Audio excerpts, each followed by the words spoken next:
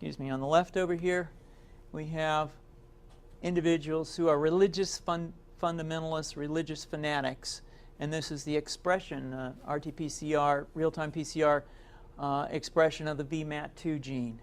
Over here, Doctor, we I have don't wanna individuals. poke holes in your theory So let me complete. So over here, we have individuals who are not particularly fundamentalists, not particularly religious, and you can see there's a much reduced expression of this particular gene, the VMAT2 gene. Another evidence that supports our hypothesis for the development of this approach. So What you're you see here is by spreading this virus, we're going to eliminate individuals from donning on a bomb vest and going into a market and blowing up the market. So our hypothesis is that these are fanatical people, that they have overexpression of the VMAT2 gene, and that by vaccinating them against this, we'll eliminate this behavior. So we have some very, very remarkable data in this next slide. Here we have two brain scans. These are fMRIs. These are two different individuals with different levels of expression of VMAT2.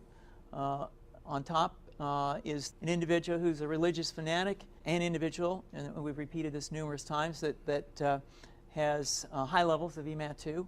Now, this individual down here who had low levels of the VMAT2 gene, this individual would self-describe as not particularly religious. In each case, these individuals were read a religious text. This individual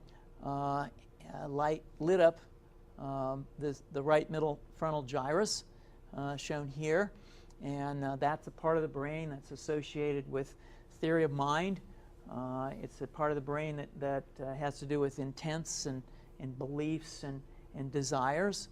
In marked contrast, here's an individual who would not particularly self-describe as religious, and when they're read a religious text, what you see is that this part of the brain called the anterior insula lights up. This is a part of the brain that's associated with disgust or displeasure on hearing something. So you're suggesting I take a CT scan with me when I'm evaluating people to determine whether I put a bullet in their head? So the data that I'm presenting here supports the concept that we're proposing, and I think that we would not propose to do CT scans or fMRIs on individuals out in the hinterlands of Afghanistan. The virus would immunize against this VMAT2 gene, and that would have the effect that you see here, which is it's essentially to turn a fanatic into a normal person. And we think that will have major effects in the Middle East. How would you suggest that this is going to be dispersed? Aerosol?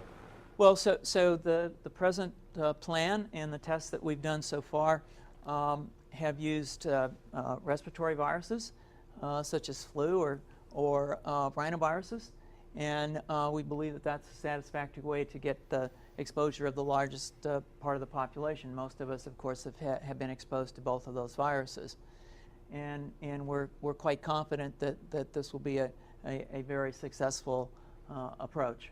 This is fascinating. What's the name of this proposal? Yeah, so the name of this project is FunVax, which is the vaccine for religious fundamentalism. And you have a proposal already? The proposal has just been submitted, and I think that the data that I have shown you today would support the development of this project, and we think it has great promise.